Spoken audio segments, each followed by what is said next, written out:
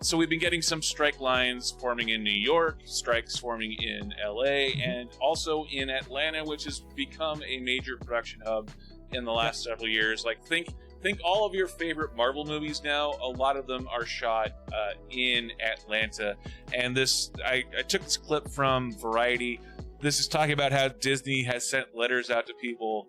And even in this article, trying to explain the legalese of what they're talking with all the labor stuff, they're talking about suspending deals with people that haven't been, with people whose deals haven't been suspended because they're trying to suspend their deals. I think I'm getting that right. Yeah. So Netflix, you know what? Netflix and Paramount are also doing similar things where, again, people are kind of getting caught on both sides of the line here, and the studios are okay, remember, a handful of people are getting caught on both sides of the line. Yeah. Really, a handful. Like some showrunners. I think it's really important to understand that it's a minor, like a really small chunk of showrunners who are actually truly on both sides of the line. The rest are clearly demarcated. And I think it's important to note that even the ones who are, let's say, crew, IA, like IATSE, IA, International Alliance of Theatrical and Stage Employees, most of the crew, or the Teamsters doing most of the transportation.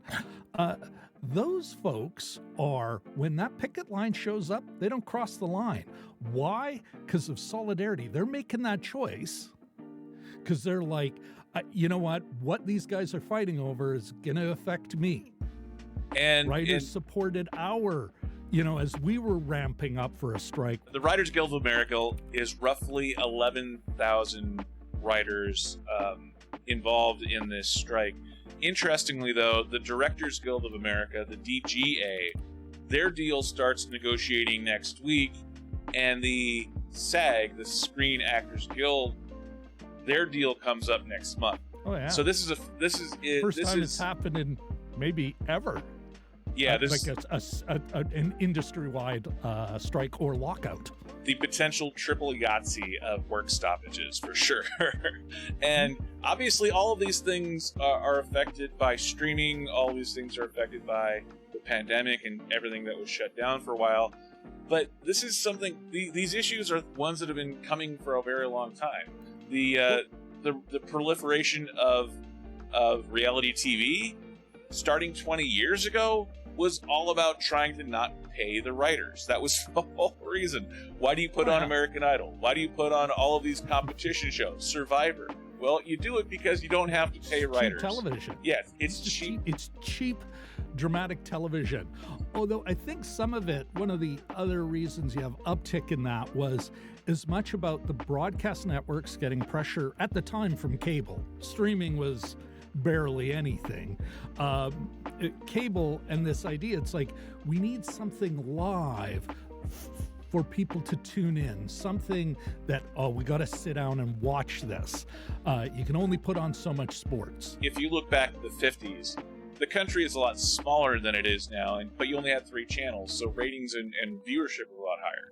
By the time you get to the 80s and cable TV comes along and you have, say, 30 channels, even though the country's gotten a lot bigger, ratings were starting to go down. And now DVD. Yeah, and beyond gaming. And 30 years beyond that, now we have streaming. You have hundreds of TV channels, and you don't even have to watch live. It's all streaming. So now, even though the country is much bigger than it was 50 or 60 years ago, the size of the pie has gotten bigger, but you're doing hundreds and hundreds of slices. So trying to get viewership, that isn't just management complaining about low viewership. No, that actually is a thing. Management doing a double fake. Yeah. The industry as a whole is making billions upon billions, DMG. What has happened though is that they're making it over 1 million different profit lines, 1 million different little slices, and every time they plead poverty, this one's poor and this one's poor and this one's poor. How come you keep making more money? They are overwhelmed with though. No one's buying and gobbling up and consolidating because they're like, we need more losers to bring into No, people don't invest and constantly invest in Netflix because they think, well, this is a way to burn my money. There's a ton of money being made. It's just that the big producers, the big money, has figured out a way to slice it all up and say, oh, well, it's actually this, and what about that, and what about this, and moving things around. It's like a ridiculous game of three-card Monte, except there are workers' lives at stake, their livelihoods.